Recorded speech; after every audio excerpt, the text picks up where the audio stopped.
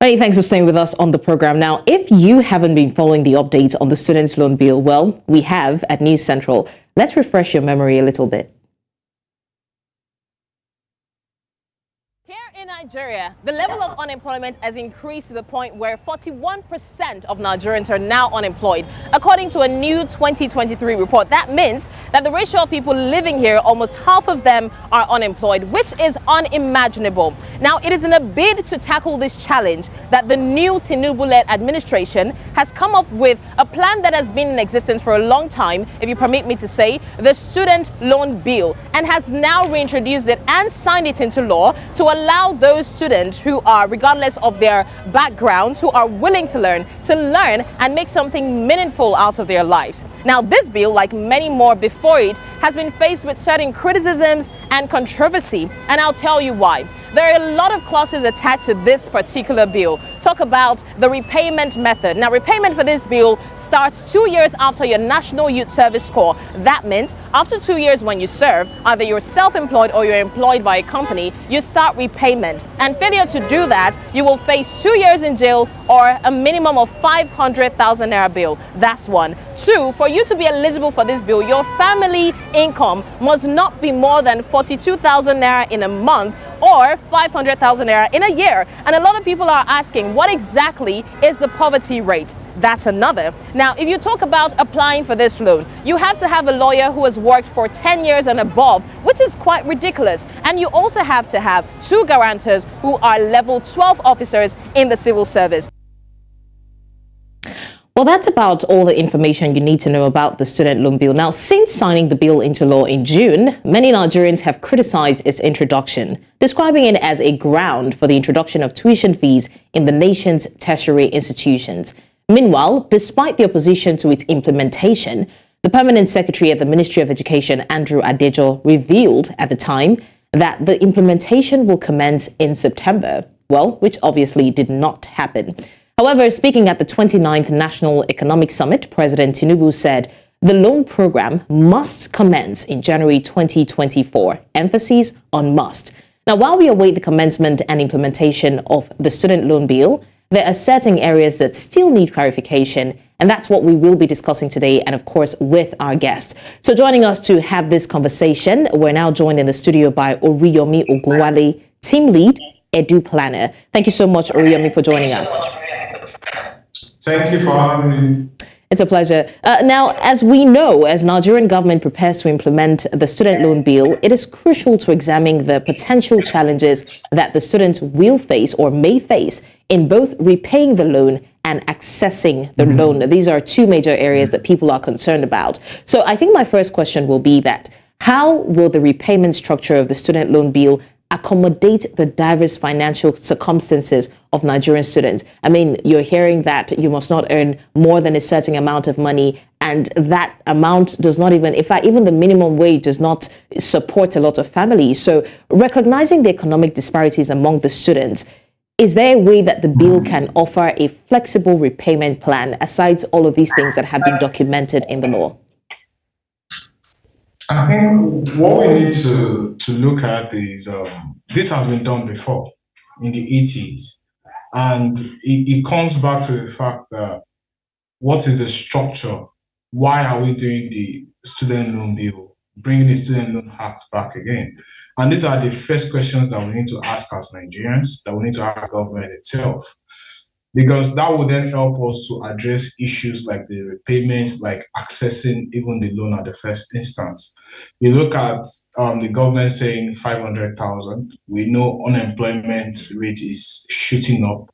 Economic indices are increasing every day. The inflation is increasing every day.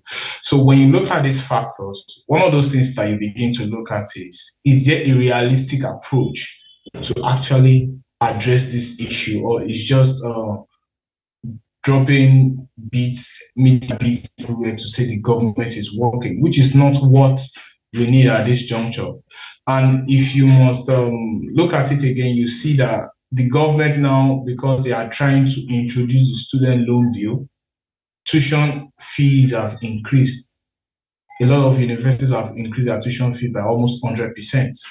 So if we are saying we want to increase access, to university education through the student loan bill, and then the tuition fees are being increased again, then where is the benefit on the long run? So for students to access it themselves, potential university undergraduates that might want to access this loan bill, it has become harder.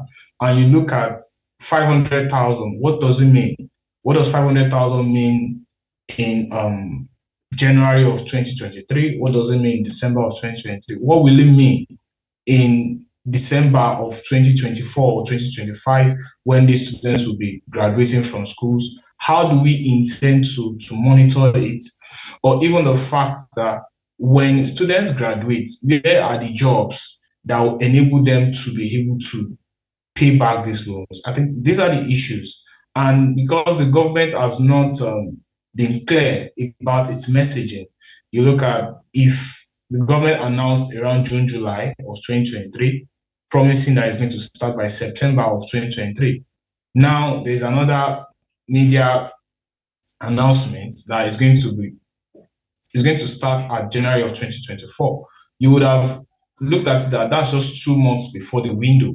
Registration should have commenced. There should be a lot of awareness to cover all these gray areas. Who are the people who will be responsible? What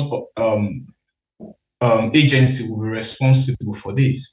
Is there going to be a supplementary allocation for this program in the budget itself?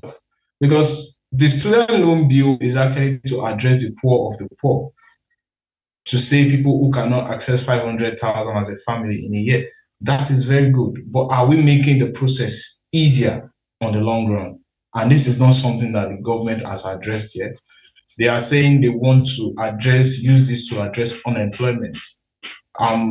I've been looking at the bill back and forth again, and I don't see that clear path that says that they want to address unemployment through the student loan bill. So these are some of the gray areas that the government still needs to address. They need to go back. There needs to be a lot of awareness to enable students know how can they access this loan, how can they repay the loan back, because as it stands at the moment, it is not clear at all. And I'm sorry if this does not address the issue that the government is planning for it to address on the long run. I'm glad that you talked about the issue of unemployment, because I was going to have us discuss that. It's very easy. Some days ago, we're talking about the administration's agenda of returning out of school children back to school. And we're talking about the possibility of having this much children come back to school and not still have enough employment waiting for them when they're done. But that said, I think you mentioned two major things, agencies responsible for this program and also supplementary allocation. I think that will bring me to my second question, which is that in what ways can the government ensure transparency and accountability in managing funds allocated for the program? Because we've seen, especially in Nigeria, countless times when when fund is allocated for a particular project, we now start hearing issues of mismanagement, hoarding, and of these funds. So how can they guarantee that the funds are channeled effectively to the deserving students and that corruption does not, according to what Nigerians will say, enter the matter?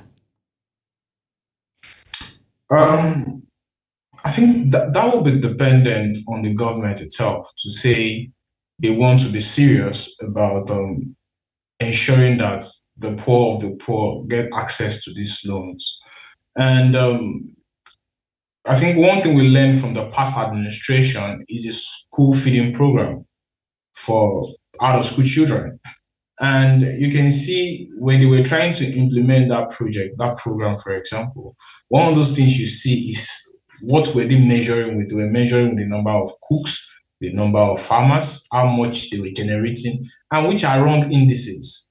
And you begin to look at the student loan bill itself is something that the Ministry of Education should be responsible for. And you begin to look at the model of the Universal Basic Education Fund, which is UBE, which is spearheaded by UBEC, the Universal Basic Education Commission, to say we'll be giving so percentage to states to actually supplement their education projects in their state. And this is a very, very clear approach. But I'm sorry because we are not seeing that yet in this student loan bill. And I don't, it's not going to look okay if we come again in January to say that, oh, we'll start this program by May, because that a lot of things have not been addressed. You have an agency that ran it in the 80s, like the Education Bank. And do we have the education back running yet this time around? Can we ensure that the misappropriation of funds that plagued that bank, that made it to shut down, will not arise again? The legal framework has been improved on. So I still don't see how we plan to reduce corruption, even in this student loan bill this time around. Who are the people that we want to address? How do we want to identify people who are qualified for the student loan bill? Is there a social register that shows people who are above 18 or who are eligible to be in the university, who are not accessing it? Do we have a way to target them with this student? Because if you just make it a general thing, then anybody can apply for it. And because of how our nation is, we don't have that structure, that system that says that we can know who is who and who can access, so that we don't come back in 2 3 years and begin to say the government is saying, oh, so far we've allocated over 500 billion to the student loan bill, and over 500,000 students have accessed it, but it's not showing in the admission rate into universities. It's not showing that the poor of the poor are accessing education. So there still needs to be a lot of issues that we need to look at if we are going to reduce the level of corruption or misappropriation of funds in this student loan bill. Finally, before I let you go, I'm just going to ask you what you think or what your thoughts are about the process of applying for this loan. From everything that we've heard and seen regarding the student loan bill, it's looking a lot like the process is going to be very cumbersome. How exactly can the government shrink the process and make it very stress-free? Because, I mean, Nigerians are having it tough enough already. So just having a very stressful application, repayment method will just make people discouraged and altogether not want to be part of it. So how can the government shrink this process and make it really, really easy and accessible for these students? Okay, so one of those things we begin to look at is, by now we have the bank verification number for a whole lot of Nigerians. And that is a very good thing in terms of building a register of people who are eligible. So you look at a situation where the agency that will be responsible for this program itself should have been set and running by now, right? And what they could have been doing even at this period, even by October or even November of 2023, is to begin to do the registration process so that they can look back at the end of their database to say, these are the people who are eligible, these are the people who we are expecting to be part of this student loan bill. And then by the time that might have been done, I think because we have the BVN, we can connect it to the bank accounts of recipients to say, once you can do your registration via an online portal, maybe there's an online portal by the education bank or the agency responsible. Once you can register it and it can be an approval, then you can proceed to actually registering with your bank.